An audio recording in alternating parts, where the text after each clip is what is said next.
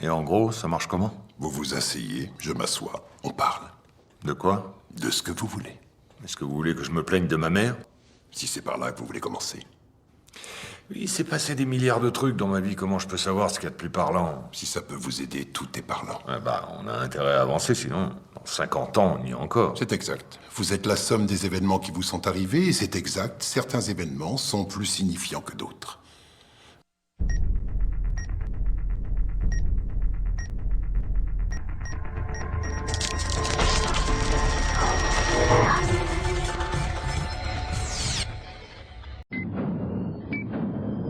Salut les psychonautes, bienvenue dans ce 3e épisode de votre émission Psyché, l'émission qui répond à vos questions les plus secrètes. Aujourd'hui, un dodo, 2 divans et des ratons laveurs, les psychothérapies. Bon, avant de commencer, une petite vérification. Tout le monde sait ce qu'est une psychothérapie maintenant? Non? Alors retour à notre Psyché numéro 2, on vous attend. Pendant ce temps, à Veracruz... Algo más, señora? C'est fait? Ok. Alors c'est parti pour un tour d'horizon des différentes techniques proposées. Retenez votre souffle, car il s'agit d'un véritable inventaire à la Prévert.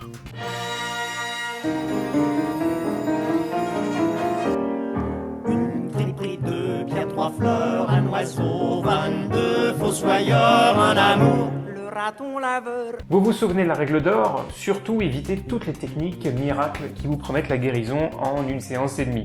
C'est au mieux une arnaque ou au pire un ticket d'entrée dans une secte. Deuxièmement, les études qui ont cherché à évaluer l'efficacité des psychothérapies ont mis en évidence que ce n'était pas tant le modèle théorique qui était important, mais d'autres facteurs. Et on a appelé cet effet-là l'effet dodo. Et ces facteurs, du plus important au moins important, sont les suivants. Tout d'abord, l'implication du patient, évaluée à 40%. Ensuite, la qualité de l'alliance thérapeutique, évaluée à 30%. La confiance en l'efficacité du traitement, 15%. Et enfin, la spécificité de la technique employée, 15%. Pour faire simple, il existe 4 grands types de psychothérapie. Les psychodynamiques, les comportementales, les humanistes et les systémiques. Issues des travaux de Freud et de ses continuateurs, ces approches se basent sur la résolution des conflits inconscients supposés être à l'origine des symptômes présentés par le patient. Une fois la confiance et l'alliance thérapeutique installées, le travail peut commencer. Le thérapeute va accompagner le patient à travers les énigmes, les détours que prend parfois son inconscient, par l'analyse de ses rêves, de ses lapsus et du phénomène de transfert.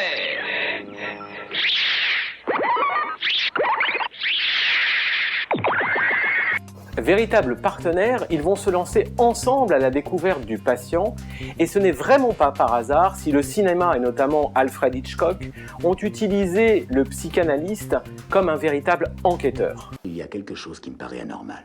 L'objectif est une amélioration de la conscience de soi et la mise en place de changements durables qui vont aboutir à une guérison plus ou moins complète. La durée d'une psychanalyse est traditionnellement de plusieurs années, mais depuis quelque temps sont apparues des techniques psychodynamiques visant à une amélioration à plus brève échéance. Les TCC, ou thérapies cognitivo-comportementales, sont basées sur l'hypothèse que les symptômes sont en quelque sorte des mauvaises habitudes de penser ou d'agir que l'on a adoptées malgré soi. La thérapie consiste donc à identifier, analyser ces pensées, ces comportements pathogènes pour pouvoir les modifier. La plupart du temps, le thérapeute et le patient cherchent des problèmes concrets à résoudre et construisent ensemble une démarche thérapeutique. Une des démarches les plus célèbres dans les TCC consiste en l'exposition progressive à un objet dont on est phobique. Oh non, des araignées!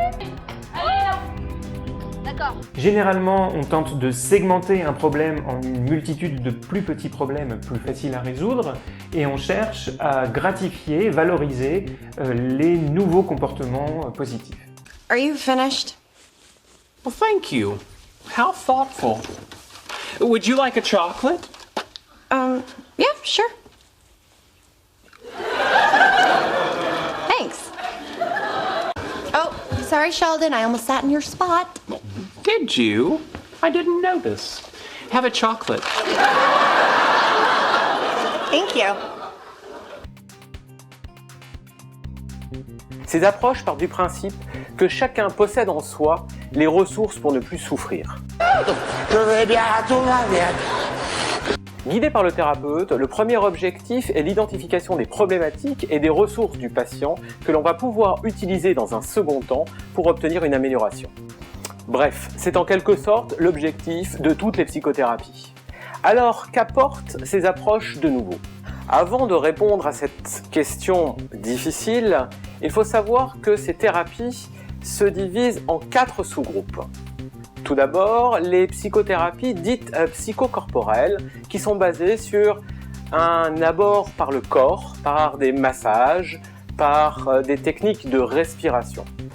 Ok, oui, il faut... Deuxièmement, les courants transpersonnels, qui se basent sur des notions beaucoup plus existentielles, voire spirituelles, et quelquefois difficiles à cerner. Ensuite, les thérapies dites créatives, qui se basent, comme leur nom l'indique, sur le potentiel créatif de chacun d'entre nous et l'interprétation des différentes œuvres produites. Et enfin, les thérapies basées sur la parole. Alors, quelle est la véritable différence avec les autres techniques, me direz-vous ? Eh bien, disons que c'est dans ces courants que l'on risque le plus souvent de se retrouver face à des charlatans. Il faut donc, si l'on est tenté par ce type d'approche, être particulièrement prudent sur les compétences du thérapeute et ne pas se laisser abuser par des pseudo-arguments intellectuels flatteurs. I will teach you at work and say, no!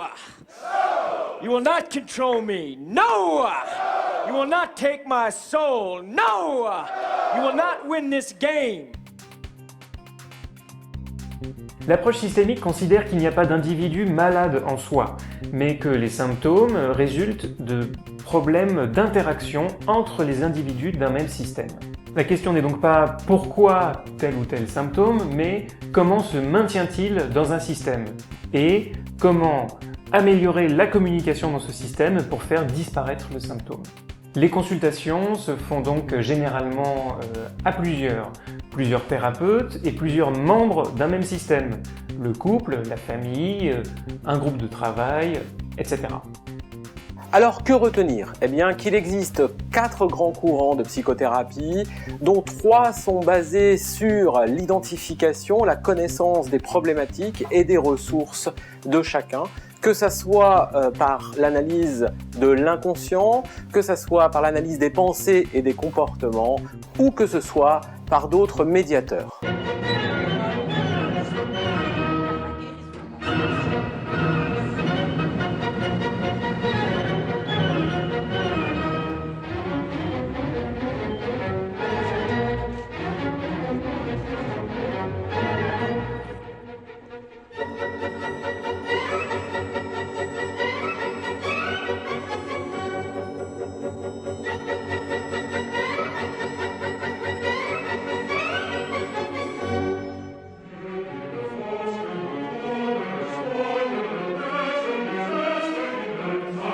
Et n'oubliez pas, la folie est parfois la meilleure manière de s'adapter à la réalité.